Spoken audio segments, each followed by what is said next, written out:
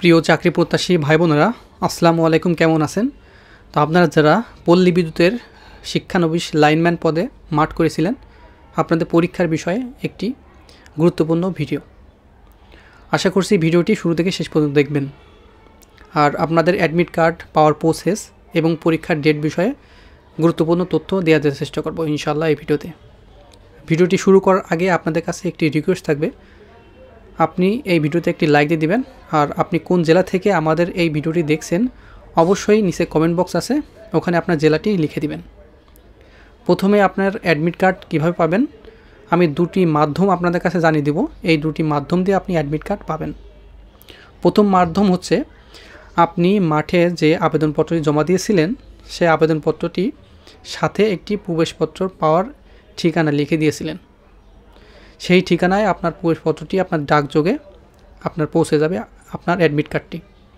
আর তাছাড়াও আপনি আবেদনপত্রে আপনি যে মোবাইল নম্বরটা লিখেছিলেন পরীক্ষার দিন থেকে এক সপ্তাহ আগে ওই মোবাইল নম্বরে একটি SMS প্রেরণ করা হবে। প্রথমত আপনার ডাকযোগে আপনার ঠিকানায় পৌঁছে যাবে, দ্বিতীয়ত আপনি SMS পাবেন। আর SMS যারা পাবেন তারা আপনার নির্দিষ্ট যে ঠিকানায় আপনার মাঠ করেছিলেন সেই ঠিকানার পল্লী বিদ্যুতে যোগাযোগ করলে আপনি অ্যাডমিট কার্ডটি উঠাই নিতে পারবেন। এই হলো দুইটি মাধ্যম আপনার অ্যাডমিট কার্ড ওঠানোর জন্য। আর পরীক্ষাটি কবে হতে পারে? পল্লী বিদ্যুতের লাইনম্যান যে লেভেল 1-এর পরীক্ষা এই মাসের শেষের দিকে হওয়ার সম্ভাবনা সবচেয়ে বেশি থাকছে, ফেব্রুয়ারি মাসের শেষের দিকে।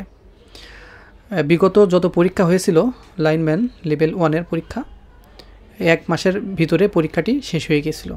সেই ক্ষেত্রে আপনারা গত মাসে 26 তারিখে মাঠ করেছিলেন, সেই ক্ষেত্রে এই মাসের 26 তারিখের পরে আপনার পরীক্ষাটি হতে পারে। আর আপনাদের এখন বর্তমান যে আবেদনপত্র দিয়েছিলেন সেটি যাচাই বাছাইয়ের কাজ চলমান আছে। কিছুদিনের ভিতরে আপনার অ্যাডমিট কার্ড আপনার ঠিকানায় পৌঁছে যাবে এবং তারপরেই আপনার ফোনে একটি SMS প্রেরণ করা হবে। যদি SMS প্রেরণ করা না হয় তাহলে আপনার অ্যাডমিট কার্ডটি আপনার ডাকযোগে পৌঁছে যাবে। আর ডাকযোগে আপনি যে না প্রেরণ করা হয় অবশ্যই আপনার ফোনে SMS দিবে। সেই জন্য অবশ্যই আপনার যে ফোন নম্বরটি দিয়েছিলেন সেই ফোন নম্বরটি অবশ্যই সচল রাখবেন। আর পরীক্ষাটি কিন্তু MCQ হবে 60 মার্কের। আপনারা এখন থেকে ভালো করে প্রিপারেশন নেবেন যাতে পরীক্ষার সময় ভালো করতে পারেন। আর আপনাদের MCQ ভালো প্রিপারেশন নেওয়ার জন্য আমাদের একটি চূড়ান্ত সাজেশন আছে, এটি নিলে আপনারা পল্লী বিদ্যুৎ সম্পর্কে এবং গুরুত্বপূর্ণ MCQ তুলে ধরা হয়েছে। তাছাড়াও এখানে বিষয়ভিত্তিক প্রশ্নগুলো অ্যাড করা আছে, বাংলা, ইংরেজি, গণিত, সাধারণ জ্ঞান। এগুলো পড়লে এর ভিতর থেকে আপনার পরীক্ষা প্রশ্ন কমন পাবেন। সেই জন্য উপরে যে হোয়াটসঅ্যাপ নাম্বার আছে ওখানে যোগাযোগ করলে এই PDFটি আপনারা কালেকশন করে পড়াশোনা শুরু করে দিতে পারেন। আর এই পরীক্ষার কেন্দ্রটি কোথায় হতে পারে?